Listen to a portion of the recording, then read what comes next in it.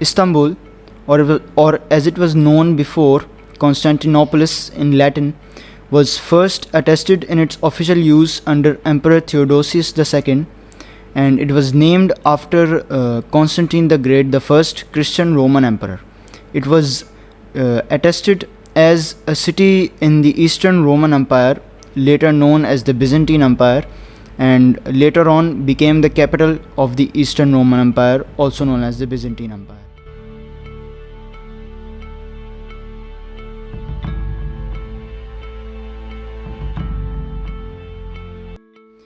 The city, due to its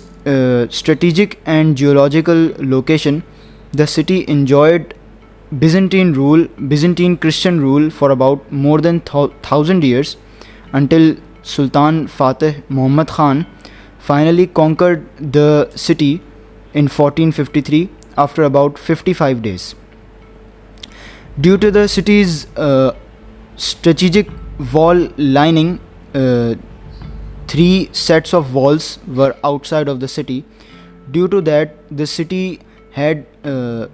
protected itself from 13 different ethnic empire attacks, and all of them had failed right on the doorstep of the city. Now, Emperor Sultan Mehmed Khan, by Allah's blessing, in 1453 finally broke into the inside wall of the city and managed to drive all the Christian crusaders and all the Christians that were against him. He finally converted the famous and the most largest church in the city, the Hagia Sophia, into a masjid that is today known as Hagia Sophia Jama. Honorable mentions include the life and story of Sultan Fateh as he rose to power at the age of 20. Also, the life and the story of the closest wazirs of his father, Sultan Murad Khan, and one of the notable ones, Jandar Halil Pasha, and as it was known that he was the one that trained the Sultan in his adolescent years, which made him one of the most greatest generals in the Ottoman army, and how he managed to take control and influence the whole of Ottoman Empire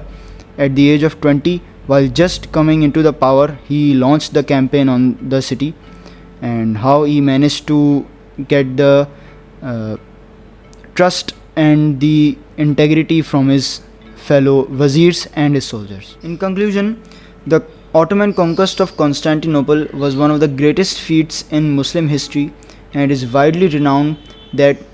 when the Ottomans finally came into power in 1453, by that time, for the next 300 years, the Ottoman Empire was one of the most influential and one of the most powerful Muslim empires to ever exist in history.